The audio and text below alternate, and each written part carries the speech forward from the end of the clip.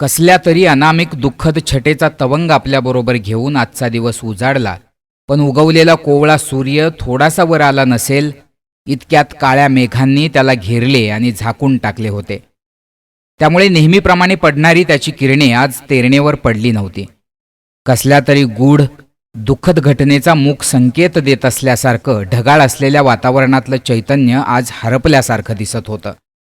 तेरणेवर उगवलेली ही सकाळ दररोजच्या प्रमाणे निश्चितच नव्हती. तरीही सारी तेरनगरी आपल्या नैमित्तिक कामांना लागली होती. शेतकरी शेताकडे, गुरे रानाकडे जात होती. पक्ष्यांचा किलबिलाट मात्र आज अचानक थांबला होता, जणू त्यांना पुढील भविष्याची जाणीव झाली असावी. घराघरासमोर डोक्यावर मोरपिसांचा टोप घालून हातातला टाळ वाजवत वासुदेव कृष्णाच्या गवळणी गात होते. त्यांच्या गाण्यातील शब्द ऐकून डोक्यावर पाण्यासाठी हंड्याच्या दुडी किंवा कमरेवर घागर घेऊन तेरणीकडे जाणाऱ्या लेकुरवाळ्यांची हृदये उचंबळून आल्याने पाऊले मंद होत होती. पण तशाच जड झालेल्या पावलांनी मनाने आपल्या तान्हुल्याजवळ असूनही त्या आपली वाट चालतच होत्या. गोरोबांनीही आपले स्नान देवपूजा आटोपली होती का कुणास ठाऊक, पण त्यांनाही थोडे वेगळेच वाटत होते. आज बाहेरच्या ढगाळ वातावरणात श्री विठ्ठलाचा सावळा रंग त्यांना दिसू लागला होता. निळे नभ व तसाच सावळा आकाशा एवढा पांडुरंग त्या नभांगणात त्यांना भासू लागला. आपसुकच त्यांचे हात चिपळ्यांकडे वळले, पण तितक्यात अंगणातील भिजून तयार झालेला चिखल आपल्याला बोलावतोय असे वाटून तशाच चिपळ्या घेतलेल्या अवस्थेत ते उठले. मन आकाशातल्या त्या सावळ्या श्रीहरीचा वेध घेत होते आणि चिपळ्यांच्या तालावर पायांनी मात्र चिखलात नाचण्यास सुरुवात केली होती.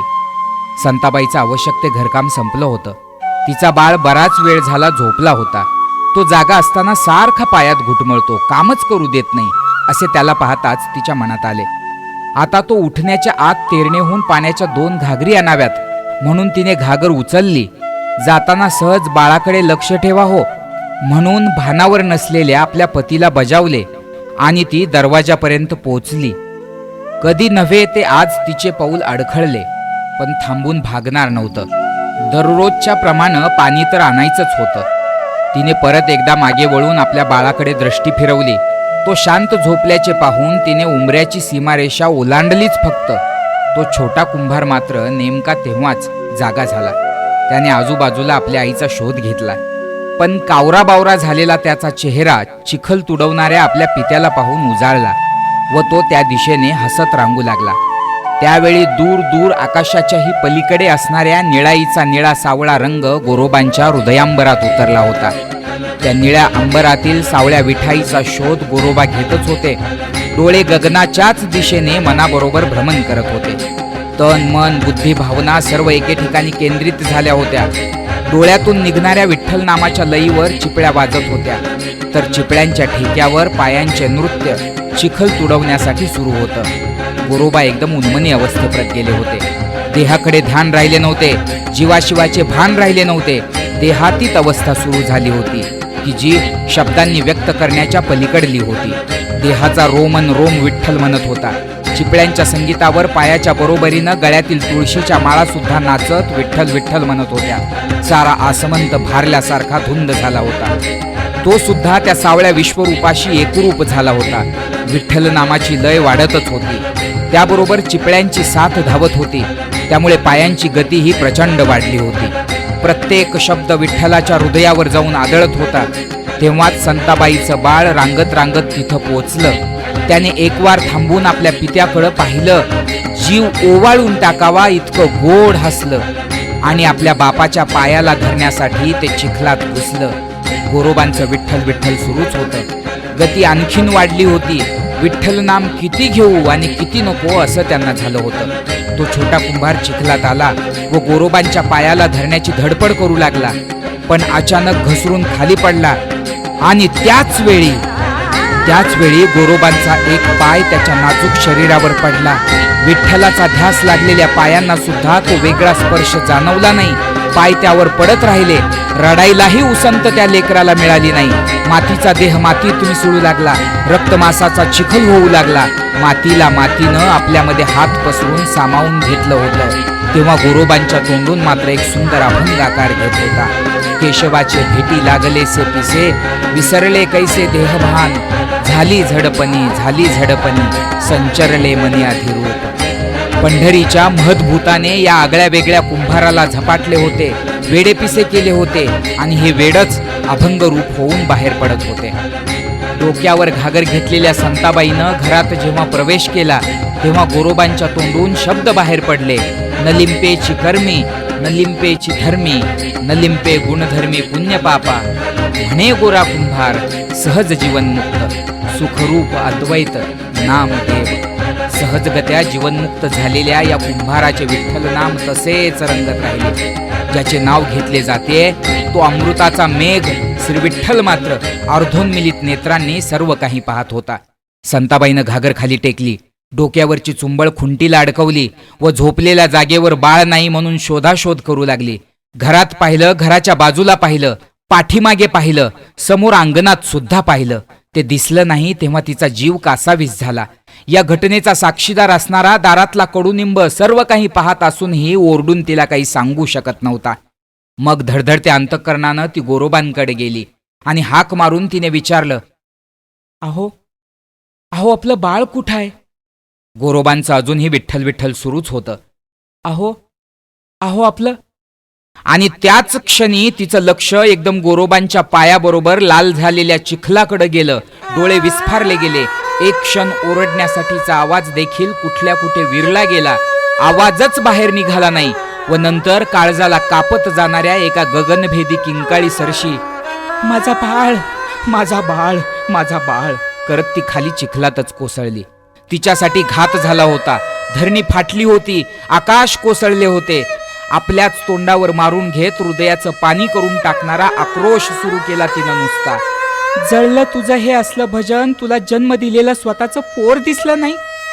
डोळे असून असा कसा आंधळा झालास की माझ्या बाळाला तुडवलंस तू?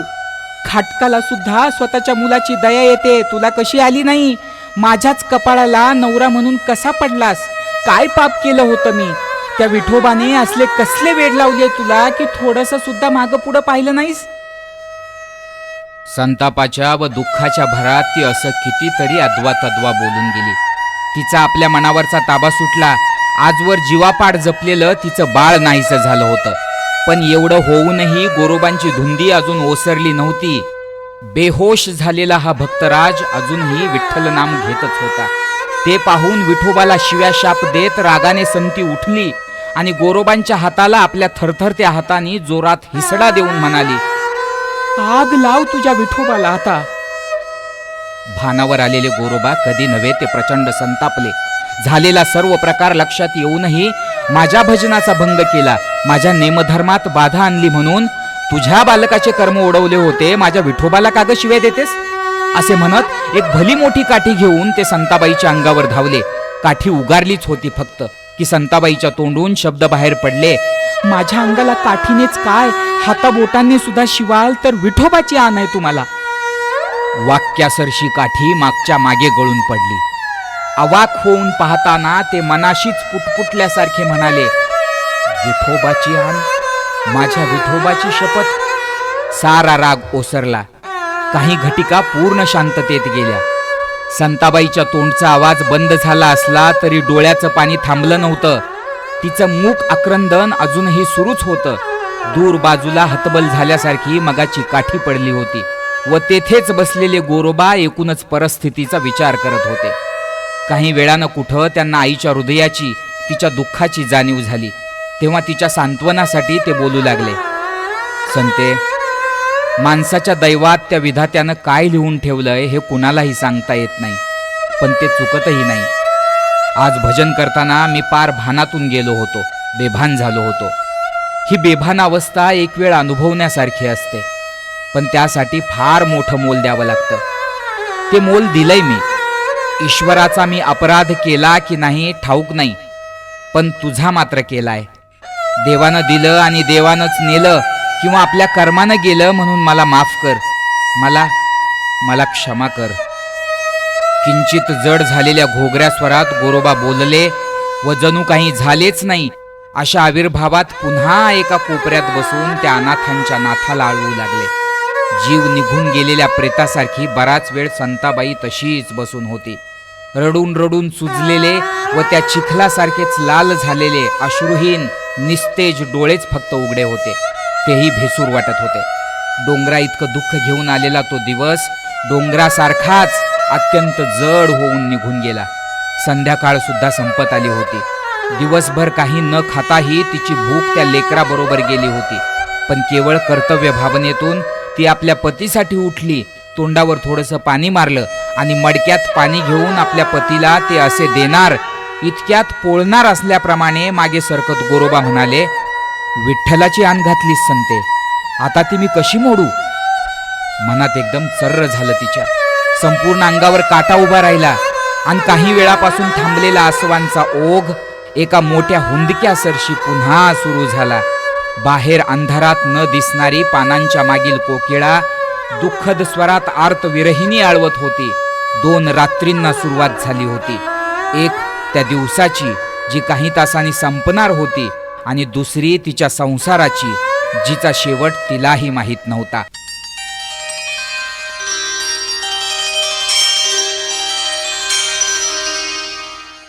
पायात साखळदंड बांधल्याप्रमाणे दिवस जड होऊन सावकाश जात होते.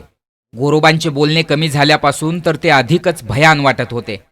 पण ते मात्र निर्विकारपणे जगत होते. विठ्ठल नाम घेत काहीही न झाल्याप्रमाणे आयुष्य कंठत होते. बसल्या जागेवर संताबाई विचार करत होती. स्त्रीला, त्यातल्या त्यात आईलाही अशा प्रकारे जगता आलं असतं तर किती बरं झालं असतं. या क्षणीही मला मरण आलं तर आनंदाने स्वीकारीन मी. या असल्या जगण्यापेक्षा मरणच चांगलं. परंतु तेही येत नाही. एकुलता एक वंशाचा कुलदीपक, पण तोही विझला. संसारावर बहरलेली वेल खुडली गेली आणि त्यात विठ्ठलाची शपथ. खरंच संकट कशी मिळून घालतात. आई झाले त्या दिवशी किती किती सुखावलो होतो आपण. सारी सुखे मिळाल्यासारखं. तळहातातल्या फोडासारखं जपलं आपण त्याला. पण सारी सुखे त्या मातीला मिळाली. अगदी शब्दशः मातीला. आपल्या तान्ह्याच्या वाट्याला साधा अंत्यसंस्कार सुद्धा येऊ नये. मातीतच त्याचा. त्या आठवणीच्या साध्या कल्पनेनंही तिच्या अंगाचा थरकाप उडाला नुसता. डोक्यात वारं शिरल्यानंतर उगीच चोहीकडे पळणाऱ्या वासरासारखं धावणाऱ्या सैरभैर मनाला आवरता आवरता तिला दम लागला. छिन्न विछिन्न झालेल्या तिच्या भग्न हृदयाची स्पंदने व शोकविवल मनाची कारुण्यपूर्ण साथ ऐकणारं सुद्धा तिथं कुणी नव्हतं. तिच्या जीवनाचा एक आधार नाहीसा झाला होता, तर दुसरा शपथेनं बांधला गेला होता. ती आता एकाकी झाली होती. गोरोबांचं पूर्वीसारखंच सुरू होतं. फक्त ते सर्व काही स्वतःच्या हाताने करू लागले होते. किती दिवस झाले तरी त्या प्रेमळ घराची मरणकळा गेली नव्हती. तिला फक्त एकच वाटत होतं, या घराचा वंश वाढावा. पुन्हा एकदा या अंगणात आपणाला आई म्हणून हाक मारणारे कुणीतरी असावे आणि त्यासाठी ती धडपडत होती. एके दिवशी गोरोबांना तिनं विचारलं सुद्धा, मी काय म्हणते जरा ऐकताय का? गोरोबांनी फक्त तिच्याकडे पाहिलं. किती दिवस हे असं चालायचं? संतापाच्या आणि दुःखाच्या आवेगात मी आरेतुरे नाही तसे बोलले असेन, चुकलं माझं.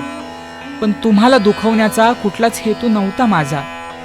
किती दिवस असं दूर लोटणार आहात मला? मी तुला दोष देत नाही संते. तुझ्या बोलण्यानं मी दुःखी झालो आहे असं सुद्धा मनात आणू नकोस. ते सर्व प्रसंगाच्या दुःखावेगातून घडलं हे का मला माहीत नाही? तुझ्या मनाची चलबिचलही मी समजू शकतो, पण सर्व उपाय खुंटलेत. माझे सत्व पाहू नकोस. विठ्ठलाची आण मी नाही मोडू शकत. आता संसार मला नाही पचणार. तुम्हीच म्हणत होतात ना की हा संसार आपला नाही देवाचा आहे. मग तो अर्ध्यात सोडल्यावर नाही का रागवणार तो? तुम्हीच म्हणत होतात ना की तो श्यामल विठ्ठल भक्त वत्सल आहे. आपल्या भक्तांच्या चुका तो पोटात घालतो. त्याची आण घालण्यात माझी चूक झाली, तो मला शिक्षा करील, सहन करीन मी.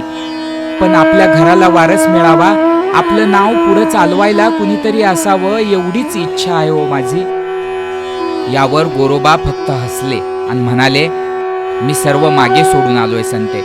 सगळे पाश तोडलेत मी. आता फक्त तो आणि मी.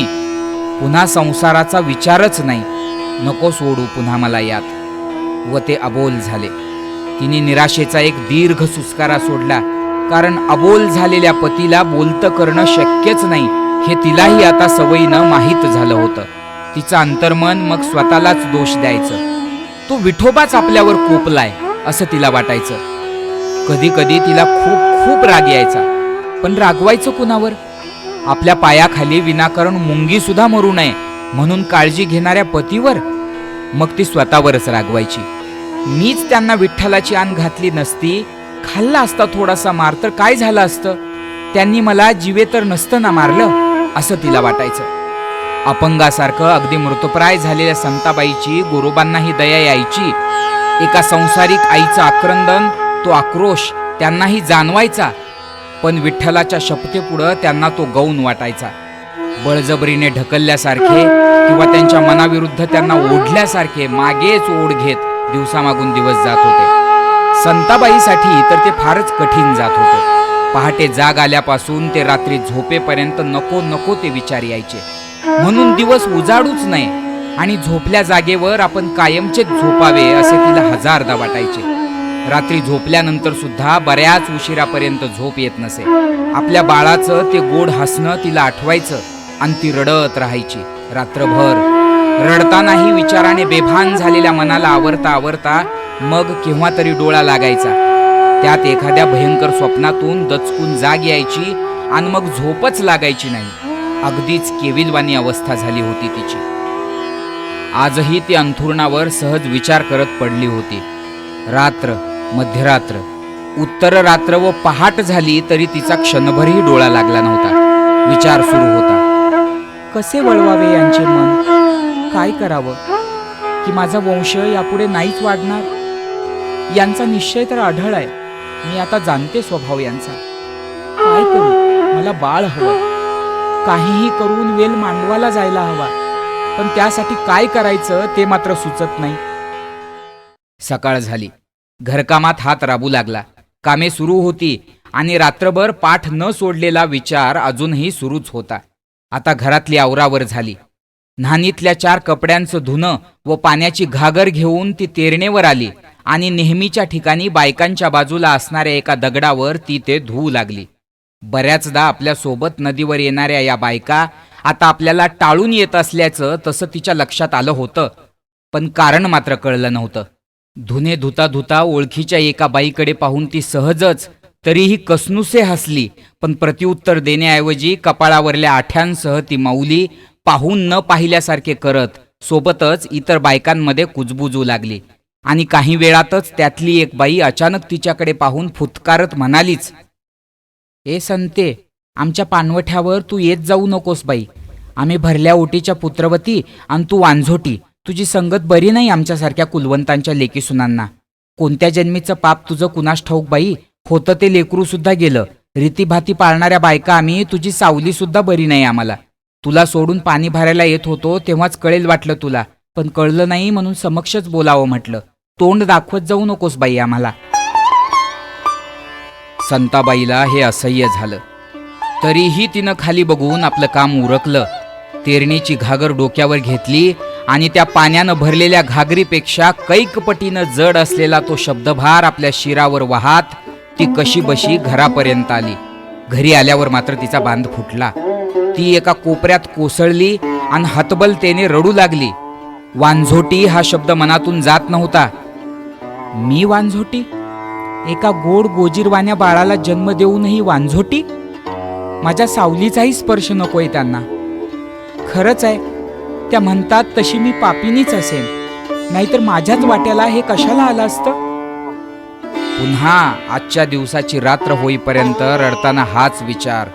हे वांझोटे पण संपलं पाहिजे, बोलणाऱ्यांची तोंड बंद झाली पाहिजेत, यासाठी काहीतरी करायला पाहिजे, पण नेमकं काय? प्रश्न तसाच पाठी ब्रह्मराक्षसासारखा. विचार करत ती त्याच कोपऱ्यात ओनवी पडली होती. चिपळ्यांच्या व विनेच्या साथीने भजन करून गोरोबा केव्हाच शांतपणे झोपी गेले होते. ही मात्र विचार करत होती. अचानक तिला एक कल्पना सुचली. त्यावर तिने आणखी थोडा वेळ विचार केला व मग त्या कल्पनेला सत्यात आणायचेच असा विचार करून ती झोपली सुद्धा. आज कितीतरी दिवसांनी तिला इतकी शांत निवांत झोप लागली होती. तिच्या झोपी गेलेल्या चेहऱ्यावर एक आशा पल्लवित झालेली स्पष्टपणे दिसत होती. पहाट झाली, पण त्याही अगोदर ती उठली होती. आवश्यक असलेली सारी कामे ती झटपट उरकू लागली. आज तिच्या कामाची गती थोडीशी वाढली होती. चेहऱ्यावर एक निर्धार दिसत होता. सर्व कामे उरकून ती तयार होऊन गोरोबांची पूजा संपण्याची वाट पाहत बसली. ती संपताच त्यांच्याकडे जाऊन म्हणाली, "अहो, इथं माझं मनच रमेनासं झालंय. घर खायला उठतंय एकदम. मी 2 दिवस माहेरी जाऊन येऊ का?" गोरोबांनाही तिचं म्हणणं पटलं. वाटलं दुःखी आहे बिचारी, जखम भरायला काही दिवस तर लागणारच की, जाऊ द्या. आपलं तर तसं काही अडत नाही, येईल 2 दिवस राहून. म्हणून त्यांनी हो म्हटलं, परवानगी दिली आणि संताबाई आपल्या माहेराची वाट चालू लागली, मनात शब्दांची जुळवाजुळव करत.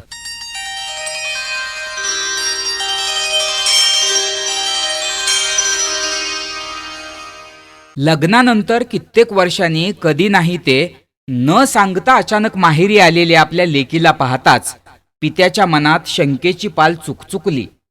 पण हसत मुखाने तिला ये म्हणताना ती मोठी झालीये हे विसरून एखाद्या छोट्याशा बाळाला हृदयाशी कवटाळावे तसे त्यांनी तिला आपल्या छातीशी धरले.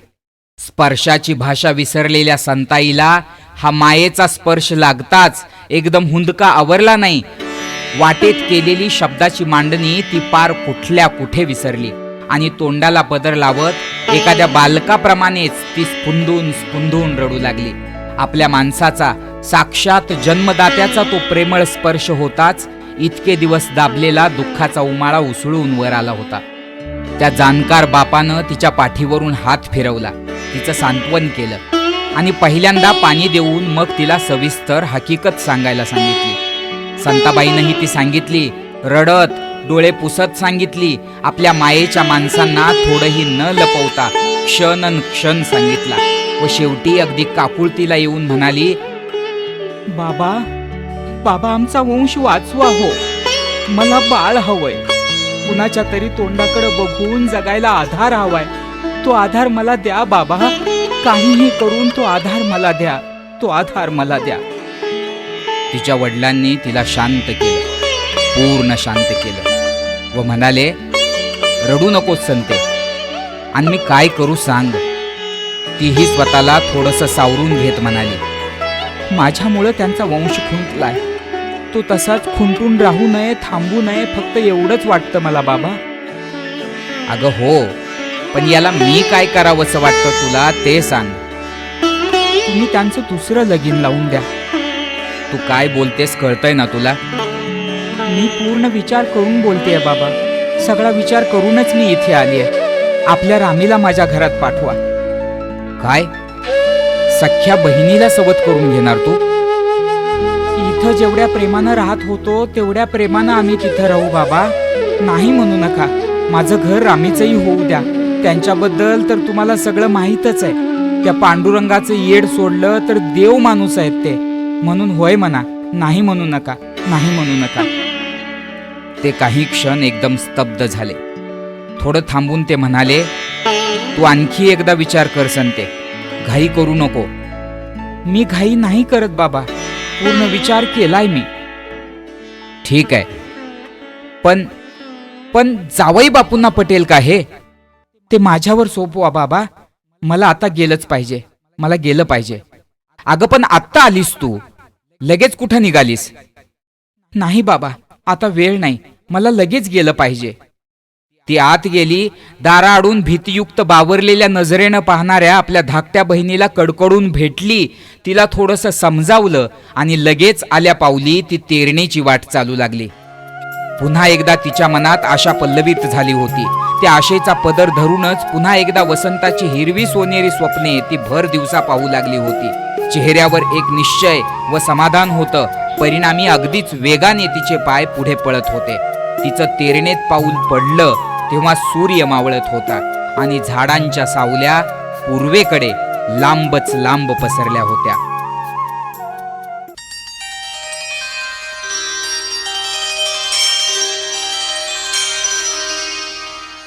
गेलेल्या दिवशीच सायंकाळी ती घरी आली खरी, पण आता तिला हा विषय आपल्या नवऱ्याकडे कसा काढायचा हे मात्र काही केल्या कळेना.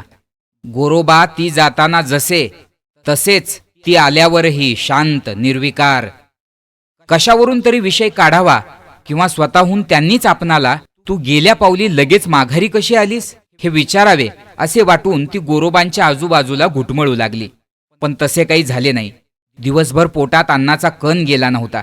माहेरला जाताना बाबा काय म्हणतील ह्या विवंचनेत आणि येताना होकारार्थी आनंदाच्या भरात ती जेवायचेही विसरली होती. आता मात्र भूक लागलेली जाणवूनही या विषयाचा सोक्षमोक्ष झाल्याशिवाय काही खायचे नाही असे ठरवून तिने अन्नाला स्पर्श केला नव्हता. बराच वेळ प्रयत्न करूनही बोलता न आल्याने आता ती त्यांना जाणवेल अशा ठिकाणी एका कोपऱ्यात चितागती बसून राहिली. रात्र झाली होती. गोरोबांच्या झोपेची वेळही झालेली होती. ते झोपण्याच्या पूर्वी त्यांनी विषय काढलाच नाही तर आपणच त्यांना विचारून टाकू एकदाचे, जे होईल ते होईल असा मनाचा हिया करून ती एका कोपऱ्यात तशीच बसून होती. एक दोन वेळा त्यांचे तिच्याकडे लक्षही गेले होते, पण त्यात दैनंदिन सहजता होती. विठ्ठल स्मरणातच गोरोबांनी स्वहस्ते आपले वळकटीसारखे अंथरून पसरले. तरीही तिला बोलण्याची हिंमत होत नव्हती आणि नेमके शब्दही सुचत नव्हते. बोलण्याच्या आशेने ती त्यांच्याकडे वारंवार पाहत होती. तेवढ्यात गोरोबांनीच तिला विचारले, संते, 4 दिवसासाठी म्हणून गेलीस आणि आजच कशी परत आलीस? कुणी काही म्हणालं का तिकडे? मला कोण काय म्हणणार आहे तिथं. राहुलं नाही म्हणून आले परत. न राहावायला काय झालं? माहेर आहे की ते तुझं. आणि कोणत्या लेकीला माहेरात 4 दिवस राहवत नाही? दुसऱ्याचं कशाला सांगू, पण घरात तुम्ही एकटे असल्यावर माझं मन कधीच रमलं नाही तिकडं, आणि हे तुम्हाला सुद्धा ठाऊक आहे. पण आज मी वेगळाच विचार करून आलीये. कसला विचार? नुसताच सांगून काय उपयोग? माझ्या म्हणण्याप्रमाणे करत असाल तर सांगते. अगं, पण त्यासाठी तो सांगायला तर पाहिजे ना. नाही, तसं मी सांगणारच नाही. अगोदर मला तुम्ही हो म्हणा, तसं वचन द्या, मग मी तुम्हाला सांगते. कशाला माझी परीक्षा घेते संते? तू सांगितलेली गोष्ट मी आतापर्यंत कधी डावलली आहे का? लग्नात घेतलेल्या शपथेचा अर्थ तुला नसला तरी मला चांगला कळला होता. आता मात्र संताबाईचे डोळे घळाघळा वाहू लागले. गोरोबा बोलतच होते. मी बोलून दाखवलं नसेल तुला, पण आजपर्यंत स्वतःसाठी तू काही मागितलं नाहीस, आणि जे मागितलंस ते मला कधी टाळावंसं वाटलं नाही. पण तरीही आज तुम्ही टाळणार असं वाटतंय मला, म्हणून हो म्हणा, तसं वचन द्या. संते, अगं काय हा बालहट्ट? स्त्रीहट्ट कधी जाणवला नाही तुझ्याकडून, आणि आज हट्टच समजा हवं तर.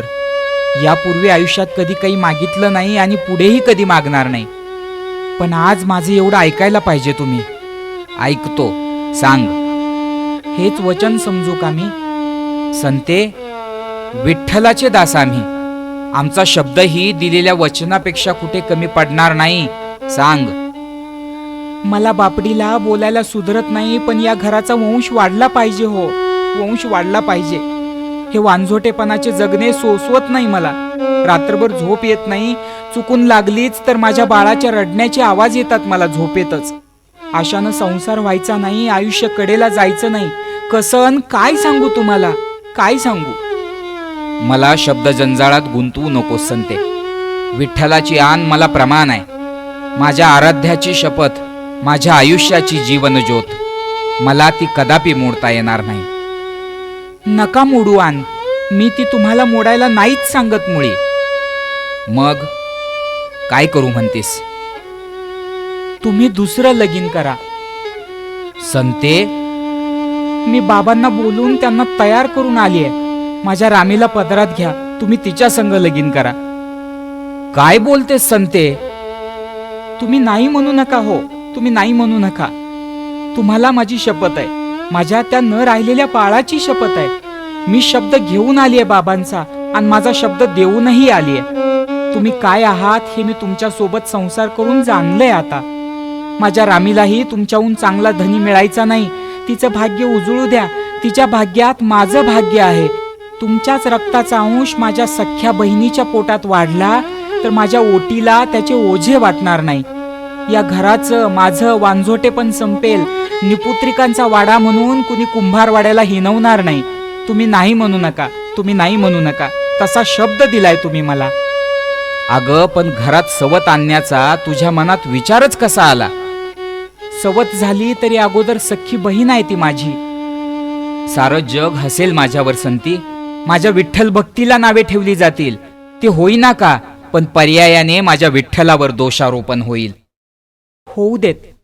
त्याच्या नावानं सारं गाव हिनवतं आपल्याला. मग त्यालाही थोडेसे बोल लागले तर काही फरक पडत नाही. तुला नसेल फरक पडत संती, मला पडतो. शब्दात नाही सांगता येत देवी, तो श्वास आहे माझा. आणि आम्ही कुणी नाही तुमचे? आमच्याशी काही संबंध नाही तुमचा? उशिरा झालेलं एकुलतं एक लेकरू नाहीसं झालं माझं तुमच्या त्या विठ्ठलापायी. तेव्हाही तुम्हाला नसेल फरक पडला, पण मला पडला तो. तीळ तीळ तुटतंय आतडं माझं. बायकांच्या घालून पाडून बोलण्याला ऐकताना कणाकणानं मरतेय मी रोज. याचाही फरक पडू नये का तुम्हाला? माझ्याशी नसला तरी माझ्या डोळ्यातील पाण्याशी संबंध आहे ना तुमचा? का तोही संपला? जर तुम्ही मला आता दिलेला शब्द पाळला नाही तर अन्न पाणी सोडून जीव देईन मी माझा. का त्यानंही फरक पडणार नाही तुम्हाला? आणि ती रडू लागली. गोरोबा स्तब्ध झाले, स्तिमित झाले. दोघे दोन ठिकाणी सैरभैर. पुन्हा विठ्ठलास आठवून गोरोबा मनात म्हणाले, देवराया, काय रे भलतच कपाळी आणलंस माझ्या? काय उत्तर द्यायचे मी सांग? तुझ्या स्मरणात रात्र जागवावी हा स्वभाव माझा, पण अशा मनस्तापाने तुझ्या नामस्मरणात खंड पडतो. मी बेचैन होतो. जीवाला चैन पडतो तो केवळ तुझ्या नामसंकीर्तनाने. म्हणून मी तुझे नामस्मरण करतो. इथे गोरोबांचे नामस्मरण सुरू झाले तर तिथे संताईच्या हुंदक्यानी रात्रीच्या हृदयात कालवा कालव निर्माण केली. दोघांनी ही रात्र जागून काढली. पण गोरोबांनी नामामृताची गोडी रात्रभर अनुभवली, तर संताबाई मात्र भवदुःख सागराच्या तळाशी बुडून गेलेली वर आलीच नाही. गोरोबांच्या हृदयांबरात पौर्णिमेचे कैवल्य चांदणे, पण संताबाईच्या संसारांगणात दुःखाच्या अवसेचे येणे झाल्याने काळाकुट्टा अंधार पसरलेला. चूक दोघांचीही नव्हती. आपापल्या परीने स्वतःच्या जागेवरती दोघे बरोबर होते, पण संताबाईला आता केवळ होकार हवा होता. ती आता माघार घेणार नव्हती. रात्रभर ती त्याच जागेवर कोपऱ्यात तशीच बसून होती. पहाट झाली, सकाळ झाली, दुपारही टळून गेली, तरी ती जागची उठली नाही. डोळ्याचे पाणी बंद झाले नाही. गोरोबांकडे आशेने पाहणे संपले नाही आणि अन्न पाणी तर नाहीच नाही. आजचा दिवसही संपून गेला. रात्रभर पुन्हा दोघांचेही जागरण. तिच्या डोळ्यात भक्कम आशावाद. निर्णयावर ठाम असल्याचा निश्चय तर होताच, पण त्या समवेत दयेची याचना करणारा भाव आणि कळकळीची विनवणी करणारी आर्तताही होती. आता कूस बदलली तरी तिच्या डोळ्यातला तो केविलवाणेपणा गोरोबांना आपल्या डोळ्यासमोर दिसू लागला. दोघांचेही डोळे रात्री टकळी लागल्यासारखे सताड उघडे. आता ती अंधारलेली दुसऱ्या दिवसाची रात्रही गोरोबांच्या निर्णयाची प्रतीक्षा करून थकली. तिसरा दिवस सुरू झाला. तसाच संपूनही गेला.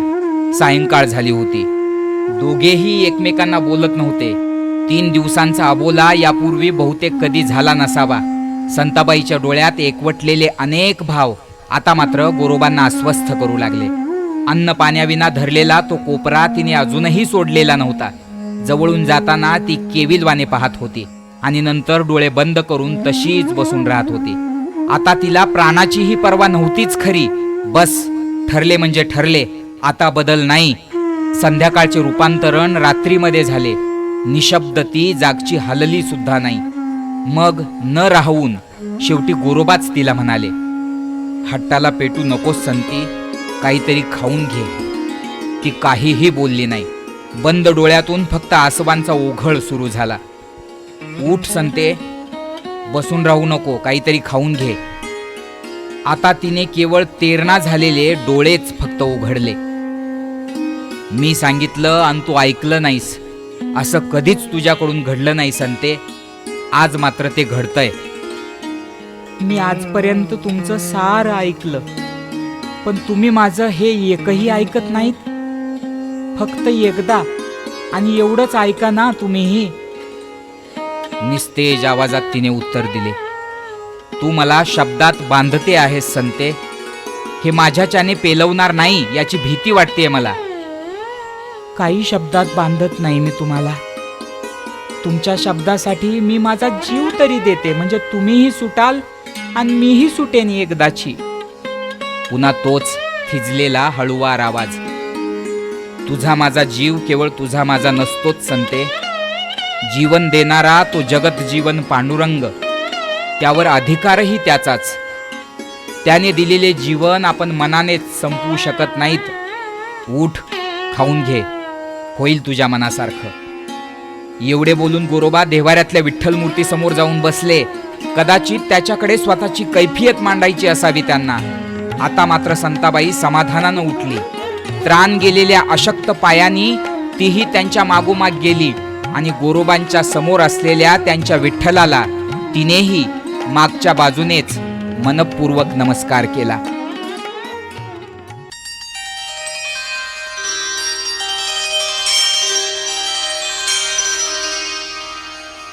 तेरमध्ये एकच चर्चा सगळीकडे होत होती. जाईल तिथे फक्त एकच विषय ऐकायला मिळत होता.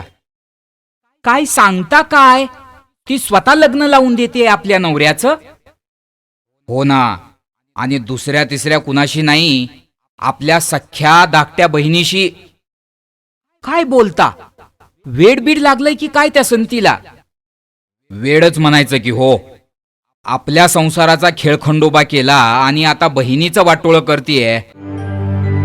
अहो पण गोरोबा कसा तयार झाला या गोष्टीला? ना तयार व्हायला काय झालं? मेहुनी मिळणार म्हटल्यावर पाघळला आपला, आणि दुसरं काय? नाही हो, तसा माणूस नाही तो. फार लोकांनी विनवलं म्हणतात त्याला. कशाचं विनवलं म्हणता? यालाही संसार करायचाच होता. उगी आपली विठ्ठलाची शपथ म्हणून महानतेचं ढोंग करून बसला होता आतापर्यंत. आता चट करतो की नाही बघा. इतकेच नव्हे तर घराघरात, ओसरीवर, शेजारणी बायांमध्ये सुद्धा हेच ऐकायला मिळत होतं.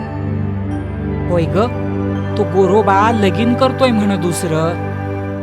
अगं तो कशाला करतोय? ती संती लावून देतीये. कसं होईल ते हो माय त्या नव्या नवरीचं. अगं होणार आहे काय? बरोबर संसार करतो की नाही बघा तो कुंभार. नाहीतरी मूलबाळ होत नसल्यावर दुसरं लगीन करतातच की गडी माणसं. अगं पण ते लेकरू बाळ होत नाही म्हणून. पण हिथं सगळंच न्यार आहे की. या सगळ्या चर्चेकडे दुर्लक्ष करत संताबाई मात्र लग्नाची तयारी करत होती. गोरोबांच्या दैनंदिनीमध्ये कसलाच फरक पडला नव्हता. दोन ध्रुवांसारखे संती एका विचारावर होती तर गोरोबा दुसऱ्यावर होते. तेरणामाई मात्र तटस्थ भूमिकेतून सारे काही पाहत होती, भविष्याचा वेध घेत होती. अखेर लग्नाचा दिवस उजाडला. सर्व लोक मंडपात हजर झाले. सनई चौघड्याच्या आवाजात गोरोबा दुसऱ्यांदा बोहल्यावर उभे राहिले. भीतीने गांगरलेल्या मनाने रामी मात्र पहिल्यांदाच बोहल्यावर चढली. मंगलाक्षता झाल्या. देवा ब्राह्मणाबरोबर जमलेल्या सर्वांच्या साक्षीनं गोरोबाचं दुसरं लग्न झालं. मंडपात मात्र जमलेले लोक व पाहुणे मंडळी घोळक्या घोळक्यांनी कुजबूज करतच होती. काय बावळट माणूस आहे. देवासाठी याने एका बायकोचा त्याग केला आणि आता दुसरे लग्न करतोय. अहो तो नाही करत, त्याची बायको लावून देते म्हणे. हा हा हा, तसेही असेल. अहो भातुकलीच्या खेळात नाही का मुली आपल्या बाहुलीचं दिवसातून 4-4 वेळा लग्न लावत, ती आपल्या नवऱ्याचं दुसरं तर लावते. कुणी काहीही म्हणत, गोरोबांचे दुसरे लग्न झाले होते हे मात्र खरे. नमस्कारासाठी दोघींच्या जोडीने देवघरात आलेले गोरोबा मनोमन त्या विठ्ठलास म्हणाले, पांडुरंगा, पंढरीराया, आहे माझा देह प्रपंचाचा दास. तूच घालून दिलेला त्याचा देहधर्म पाळावाच त्याने. पण हे प्रभो, तुझे रूप मात्र सदैव माझ्या मनात आणि तुझे नाम अखंड माझ्या मुखात राहो एवढीच प्रार्थना. लोक खाऊन पिऊन निघून गेले. संती व रामीचे वडील निरोप घ्यायला आले. हे तिघेही त्यांच्या पाया पडले. तेव्हा मोठ्या मनाच्या आपल्या थोरल्या पुरीकडे केविलवाने पाहताना तिच्या भविष्याचा विचार मनामध्ये येताच जाताना म्हणून ते म्हणाले, गोरोबा, तसं तुम्हाला सांगायची गरज नाही, पण पोरीचा बाप म्हणून राहवत नसल्यानं सांगतो, दोघींचाही सारखाच सांभाळ करा हो. दोघीत दुजाभाव करू नका. आण आहे तुम्हाला विठोबाची.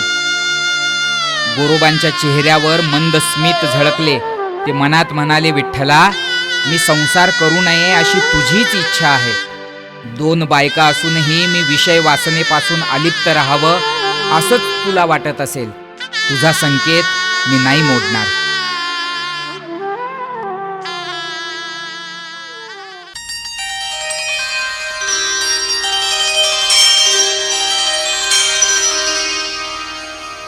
लग्नाच्या नाविन्याचे काही दिवस हर्षोल्हासात संपले. दोघीही पूर्वीप्रमाणे सारे काही सुरळीत होईल या समजुतीने मजेत होत्या. घरातील कामे सुद्धा दोघी मिळून करायच्या. संती पाणी आणायची, त्याचा रामी शेणकाला करून सडा टाकायची. टाकलेल्या सड्यावर संती रांगोळी काढायची, तर रामी परसातल्या चाफ्याची व पारिजातकाच्या फुलांची त्यावर मांडणी करायची. दोघीही आनंदात होत्या. एकीने केलेल्या कामाला दुसरी हातभार लावायची, तर दुसरीने लावलेल्या हातभाराचे पहिली मनापासून कौतुक करायचे. बघता बघता दिवस चुटकीसरशी निघून जायचा. आयुष्यातल्या दैनंदिन दिवसातील साध्या साध्या गोष्टीतून दोघीही आनंद मिळवायच्या. संताबाईतल्या संसारिक स्त्रीला वाटायचं, यालाच जीवन म्हणायचं. आणखी जीवन म्हणजे तरी दुसरं काय असणार आहे. आणि एके दिवशी व्हायचं तेच झालं. स्वतः आपल्या हातांनी वेचलेली फुलं रामी पूजेसाठी गोरोबांना द्यायला गेली आणि ते एकदम मागे सरले. हे लक्षात येताच तिच्या चेहऱ्यावरची नव्याने ग्रहप्रवेश केल्याने आलेली लाज व संकोचाची गोड भावना कुठल्या कुठे पळाली. कपाळावर आश्चर्य मिश्रित आठ्या निर्माण झाल्या. हातातील फुलांचे ताट तसेच खाली ठेवून ती आपल्या मोठ्या बहिणीकडे गेली व तिच्या कुशीत शिरून उभी रडायला लागली. संताबाईला एक क्षण काय झाले हे कळलेच नाही. तिने तिला शांत केलं व विश्वासात घेऊन विचारलं आणि ती तडक गोरोबांच्या पूजेच्या ठिकाणी आली. गोरोबांची पूजा संपलेली नव्हती. त्यासाठी काही क्षण तिने वाट पाहिली व ती संपताच गोरोबांना म्हणाली, स्वामी, माझा त्याग केलात तुम्ही. मला काहीही वाईट वाटत नाही आता. पण रामीचा अंगीकार करा. आता तरी तुम्हाला विठ्ठलाची शपथ आड नाही ना येणार. गोरोबांनी तितक्याच तटस्थपणे उत्तर दिले, संते, तुझ्या वडिलांचे निरोप घेतानाचे शब्द आठव. दोघींचाही सारखाच सांभाळ करा. दुजाभाव करू नका, अन्यथा तुम्हाला विठोबाची आण आहे असे सांगून गेलेत ते. आता तूच सांग, कसा अंगीकार करू मी रामीचा. माझा प्राण गेला तरी विठ्ठलाची आण मी मोडणार नाही हे तुला सुद्धा ठाऊक आहे. संताबाईच्या तळपायाची आग मस्तकाला गेली. तिला हे असह्य झालं होतं. तिच्या कल्पनेतही तिला असं वाटलं नव्हतं की असं काहीतरी होईल. संतापाचा अतिरेक झाला आणि पुन्हा एकदा ती नाही नाही ते बोलू लागली. हा विठोबा का आमच्या पाठीमागे असा पुरता हात होऊन लागलाय की आमचा सारा वंश बुडविला या मेल्या काळ्याने. याचे थोरपण काय जाळायचे काय. मेले वेडे लोक विनाकारण जाऊन दर्शन घेतात. याचं तोंड सुद्धा पाहू नये, याचं तोंड सुद्धा पाहू नये. तिला तरी काय म्हणायचंय. भरजरी वस्त्रांचा आणि सोन्या चांदीचा संसार तिने कधीही मागितला नव्हता. कुडाच्या झोपडीत का असेना, पण समाधानाचे जगणे तिला हवे होते. समुद्राकाठी मुलांनी तयार केलेला वाळूचा किल्ला एखाद्या लाटेसरशी विरघळून जावा तशी तिची नव्याने पाहिलेली साधी स्वप्नेही आता विरघळून गेली होती. तिचे जीवन जणू एखाद्या उद्ध्वस्त वास्तूचे भग्न अवशेष ठरले होते. निराशेतून विझत जाणाऱ्या तिच्या हृदय ज्योतीचा हा शेवटचा भडका उडाला होता. गोरोबा मात्र आपल्या वैराग्याला चिकटून बसले होते. नव्हे तर त्यात बुडून गेले होते. दिवस आपल्याच गतीने जात होते. त्यांना बांधून टाकण्याची किंवा मागे नेण्याची ताकद त्या दोघीतही नव्हती.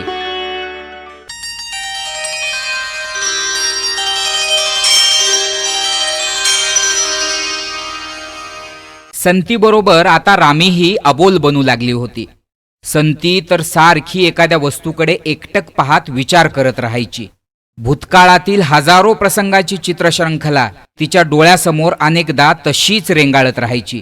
आणि मग तिला वाटायचे, कसले हे जगणे. एक तरी दिवस पूर्णता सुखाचा जाईल अशी शाश्वती नाही इथे. सुखाचा एक क्षण, एक कण वाट्याला येतो न येतो तोच दुःखाचे डोंगरच्या डोंगर समोर उभे असतात, अंगावर येत राहतात. कसले हे जीवन? माझं तर वाटोळं झालंच, पण मी माझ्या स्वतःच्या हातानं माझ्या बहिणीच्या संसाराचा विध्वंस केला. माझी पूस काही आता उजवायची नाही म्हणून रामीला घरात आणली. तिचं लेकरू हे तिचं, त्यांचं, तसंच माझंही समजून समाधानानं जगता येईल असं वाटलं होतं. पण घडलं वेगळंच. जिला लहानपणी शिकवलं, मारलं आणि प्रेमानं कुरवाळलं सुद्धा, तिच्याकडे केवळ दयेच्या दृष्टीनं बघायची पाळी आली माझ्यावर. त्याखेरीज मी करू तरी काय शकते? काही नाही, काहीही नाही. मग कुठून तरी रामीच यायची, तिला उठवायची, पाणी द्यायची, जेवायला न्यायची. पण ती असं करायला लागली की संताबाईला आणखीनच गुदमरल्यासारखं, अवघडल्यासारखं व्हायचं. एकदम अपराध्यासारखं वाटायचं. रामी ही कधी कधी मनात चिडायची आणि मग संतापाच्या शेवटच्या टोकावर तिलाही वाटायचं. दुःखाची काळरात्र सुरू झाली की सतत समवेत असणारी माणसाची सावलीही सोबत सोडते म्हणतात. कुठल्या जन्मीचं पाप म्हणून मी इथल्या घरी येऊन पडले की? जे झालं होतं ते ताईचं झालं होतं, माझा काय संबंध होता? इथं आले आणि आयुष्याची राखरांगोळी झाली नुसती. पण अबोल संताबाईकडं लक्ष गेलं की मग तिचं दुसरं मन तिला सांगायचं, अगं, तुझंच काय घेऊन बसलीस? तू लग्नाला होकार दिल्यानंतरच पुढलं सारं घडलं ना? तिनं तर 9 महिने स्वतःच्या उदरात वाढवलेलं स्वतःचं बाळ गमावलंय. एका आईनं मरण यातना सहन करून जन्म दिलेलं आपलं मूल गमावलंय. ते काही नाही, स्वतःचंच दुःख आपल्या छातीशी कवटाळून बसलीस. तुझ्या दैवातच तसे असेल. मग ती उठायची. आपण इतक्या खालच्या थराला गेलोच कसे असं तिला वाटायचं. लहान असूनही विचार करत बसलेल्या आपल्या थोरल्या बहिणीला ती धीर द्यायची. दुःख काय असतं हे माणसांना ठाऊक फक्त, काळाला काय त्याचं. तो आपल्याच धुंदीत पुढे सरकत होता. अंधार रात्री अश्रू गाळत निघून जात होत्या, तर उशक कालचा रविकर धुमसत धुमसत निघत होता आणि निस्तेज असल्यासारखा दिसत असूनही आशाळभूतपणे समोर येत होता. त्या दिवशी रामी थंड झालेल्या आव्यातील भाजलेली मडकी बाहेर काढत होती.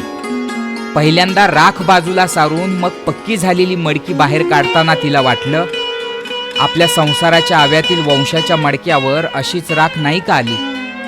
ही राख आपण हाताने बाजूला सारतोय, पण ती राख. अचानक तिला एक युक्ती सुचली. त्या युक्तीच्या कल्पनेसरशी भीतियुक्त शहारा अंगावर उभा ठाकला, पण तरीही समोरचं काम अर्धवट टाकून ती संताबाईकडे गेली आणि एखादं गुपित सांगावं त्याप्रमाणे ती युक्ती तिनं तिच्या कानात सांगितली. दोघींनी काही वेळ विचारविनिमय केला आणि मग त्या प्रतीक्षा करू लागल्या, रात्र होण्याची.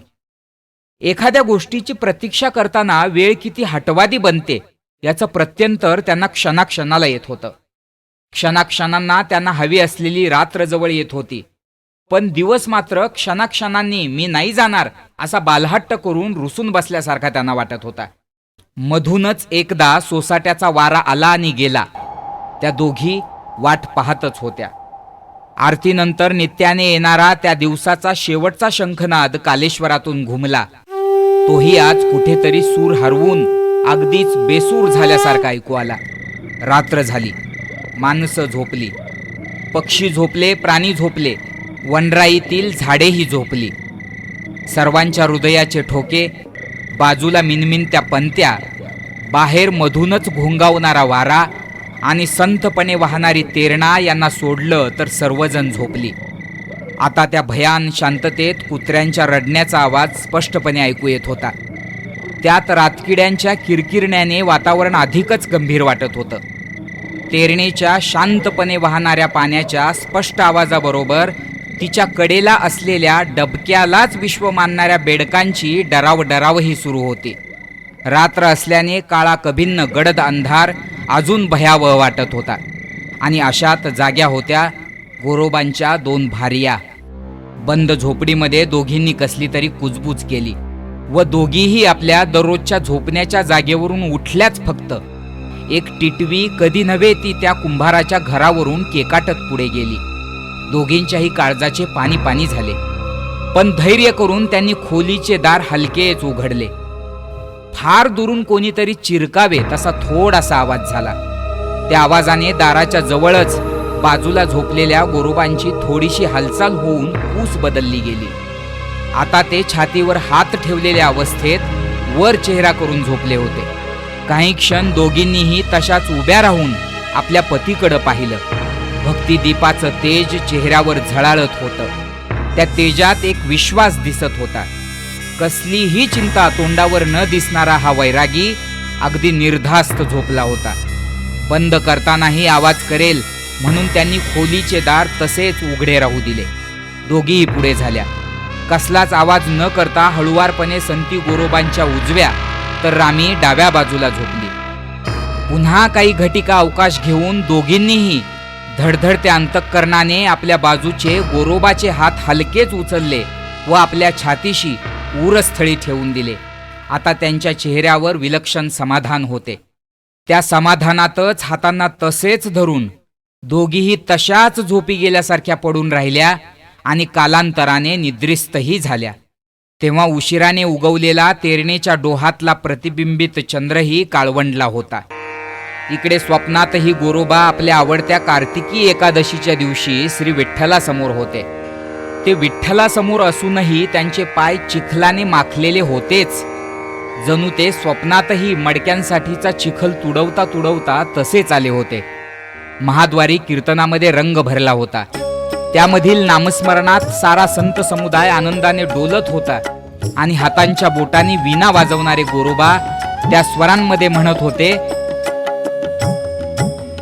केशवाचे ध्यान, केशवाचे ध्यान, केशवाचे ध्यान, धरुणी अंतरी केशवाचे ध्यान, धरुणी अंतरी मृत्तिके माझारी नाचतसे, मृत्तिके माझारी नाचतसे, नाचतसे. केशवाचे ध्यान, धरुणी अंतरी केशवाचे ध्यान, धरुणी अंतरी केशवाचे ध्यान.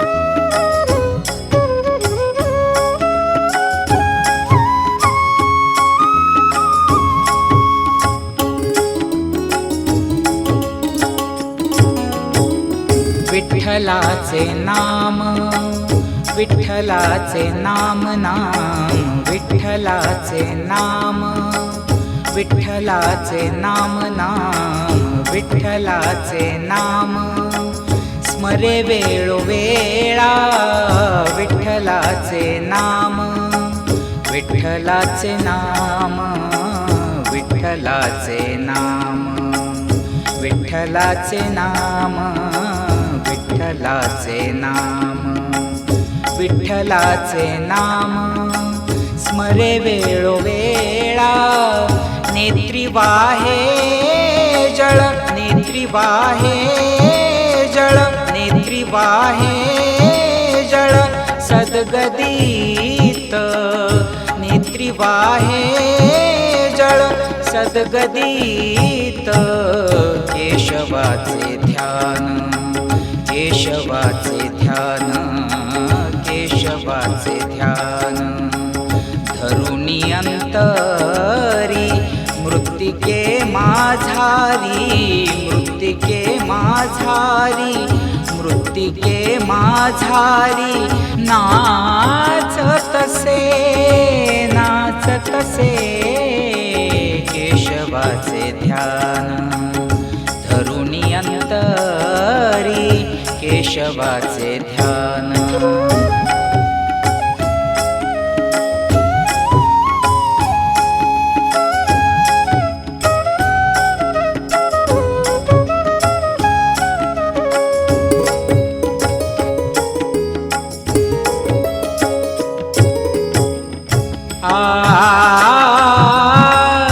पुलालाचे वंशी जन्मले शरीर कुलालाचे वंशी, जन्मले शरीर कुलालाचे वंशी, जन्मले शरीर.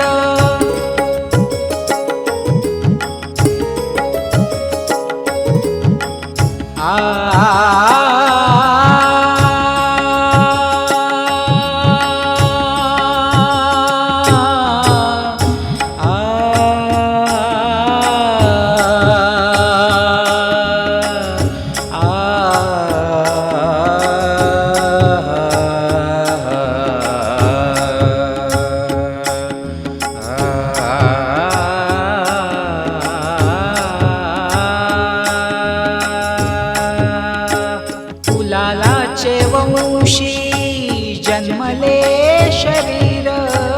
तो गोरा कुंभार हरिभक्त, तो गोरा कुंभार हरिभक्त, तो गोरा कुंभार हरिभक्त.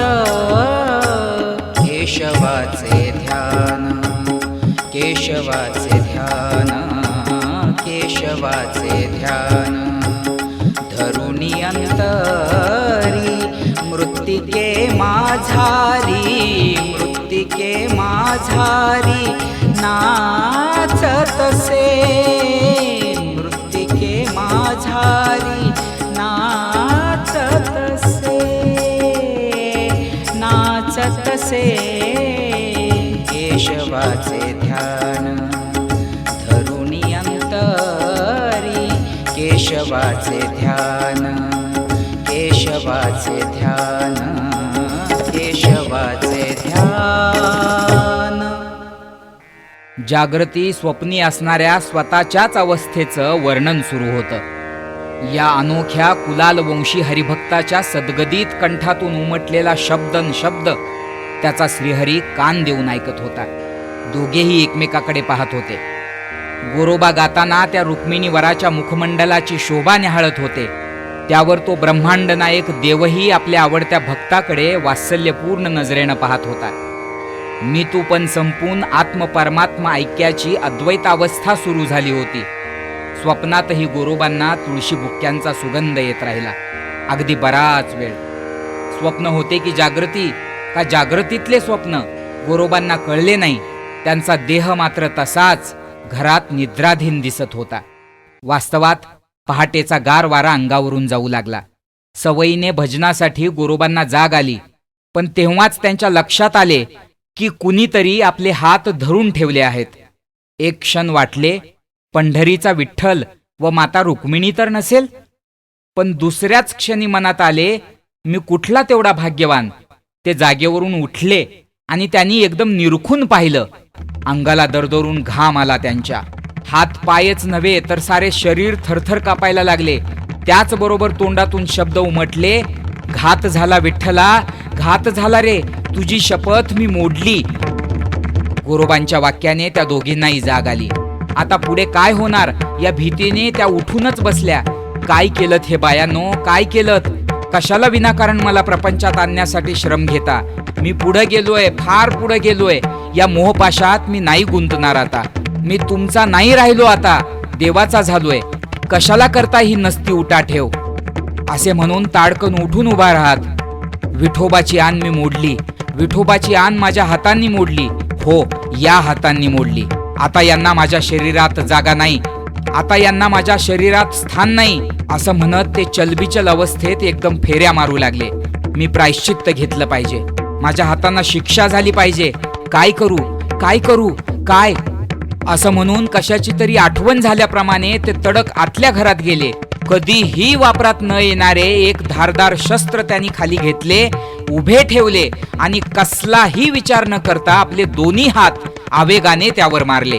हाताचे अक्षरशः 2 तुकडे जमिनीवर थरथरत पडले. रक्ताची धार त्या थोट्या हातातून सुरू झाली. त्यातून शब्दांनी व्यक्त न होणाऱ्या प्रचंड वेदना येत होत्या. चेहरा मात्र आनंदाने उजळून निघाला होता. स्वतः जळत असणारे निरांजन किंवा समयी जशी दिसते ते तेज गोरोबांच्या चेहऱ्यावर आले होते. त्या वेदनाही तेव्हा त्यांना सहन होत होत्या. कारण त्या वेदनांनाही आत्मानंदाची विलक्षण अनुभूती होते. गोरोबा आतमध्ये जाऊन काय करतील याचा अंदाज न आल्याने भीतच त्यांच्या मागोमाग आलेल्या त्या दोघींनी समोरचे ते भयानक दृश्य पाहिले आणि रामी भोवळ येऊनच पडली. तर संती गोरोबांकडे धावत जावे की रामीला सांभाळावे हे न सुचल्याने फक्त ओरडत राहिली, ऊर बडवून रडत राहिली. तिच्या आवाजाने शेजारचे 2-3 स्त्री पुरुष धावत आले आणि गोरोबाला त्या अवस्थेत पाहून मिळेल त्या फडक्यानी बांधून त्यांनी प्रथम हातातून येणारे रक्त थांबवले. नंतर चौकशी करून दया दाखवत किंवा मूर्खात काढत घरी निघून गेले. त्या भयान पहाटेलाही ते दृश्य पाहवलं नाही. ती लवकरच निघून गेली व मनात नसतानाही बिचारा सूर्य मात्र उगवला व थरथरत आपल्या कामाला लागला. दिवस उगवला आणि वाऱ्यासारखी बातमी तेरमध्ये पसरली. अहो, गोरोबाने हात तोडले, गोरोबाने हात तोडले. कुणी रडलं, कुणी हळहळलं, कुणी वेड्यात काढलं तर कुणी हसलं सुद्धा. सज्जनांच्या कानी ही बातमी येताच त्यांचं मन मात्र अनायासे अगदी गलबलून म्हणालं, खरंच हा भक्त जरा आगळाच आहे, इतरांपेक्षा फार फार वेगळा आहे. रात्रीच्या वेळी काळसर आकाशात लुकलुकणाऱ्या अनेक तारकांपेक्षा वेगळा, वेगळा आणि अलिप्त. शीतल प्रकाशमान चंद्र जसा तसे गोरोबा अनेकांच्या मनास स्पर्श करून गेले, एवढे मात्र सत्य.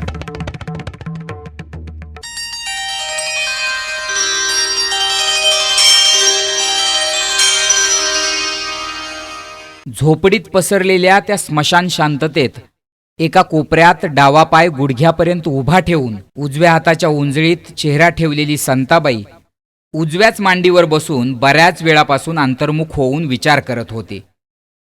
काय करायला गेले आणि काय होऊन बसलं माझ्या हातून. एखादी गोष्ट होऊन गेल्यानंतर काहीच करू शकत नाही माणूस अगतिकपणे पाहण्याशिवाय. आपल्याही नशिबी तेच आलंय, पाहणे अगतिक होऊन. खरंच माणसाच्या दुःखाला खऱ्या अर्थाने कारणीभूत कोण असतो? तो स्वतः, त्याच्या आजूबाजूची माणसं, की त्याचं प्राक्तन नशीब? नशीब म्हणावं तर हे दुःख माझ्यावर लादलं नाही गेलं, मी स्वतः ओढवून घेतलंय. मग आजूबाजूची माणसं? छे, हा तर विचारच करू नये. आपल्या पतीला आणि छोट्या बहिणीला मी दुःखात लोटलंय, ते काय मला दुःख देणार? मग मी स्वतः? हो, असंच असलं पाहिजे. कारण हात तुटूनही माझा पती पूर्ण सुखी आहे, मी मात्र दुःखी आहे. माणूस स्वतःची दुःखे स्वतःच निर्माण करतो. मी सुद्धा असंच नाही का केलं? ती तसाच पुढे विचार करत होते. माझं खरंच चुकलं कुठं? देहभान विसरून ईश्वराचं स्मरण करणाऱ्या पतीवर मुलाला सोपवून गेले, तिथं चुकलं माझं. ते माझ्या अंगावर मारायला धावून आले तेव्हा विठोबाची आण त्यांना घातली, तिथं चुकलं माझं. संसारापासून फारकत घेतलेल्या माझ्या पतीला विठ्ठलाची आण आणि जन्म मरणाची गळ घालून दुसऱ्या लग्नाला उभा केलं, तिथं चुकलं माझं. स्वतःच्या स्वार्थास्तव त्यांची शपथ मोडण्यासाठी त्यांना स्पर्श करून त्यांच्याजवळ जाऊन झोपले, तिथं चुकलं माझं. अशा वेळी कुणी सहानुभूती दाखवायला आले तर ती सुद्धा बोचायची तिला. वाटायचं माझं दुःख हे फक्त माझं आहे, नाही समजू शकणार ते दुसऱ्या कुणाला.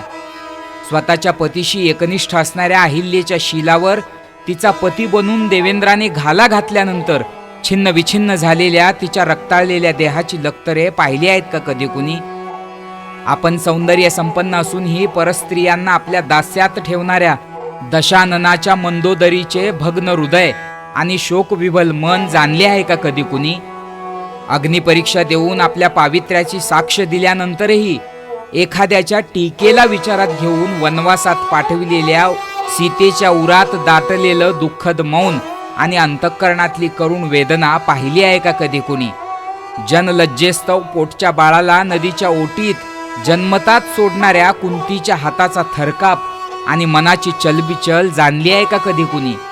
लाचारीतून मिळालेल्या अंधपतीच्या स्वीकारासाठी मनाची समजूत घालून आपल्या डोळ्याला पट्टी बांधणाऱ्या गांधारीच्या मनातील द्विधा अवस्था पाहिली आहे का कधी कुणी?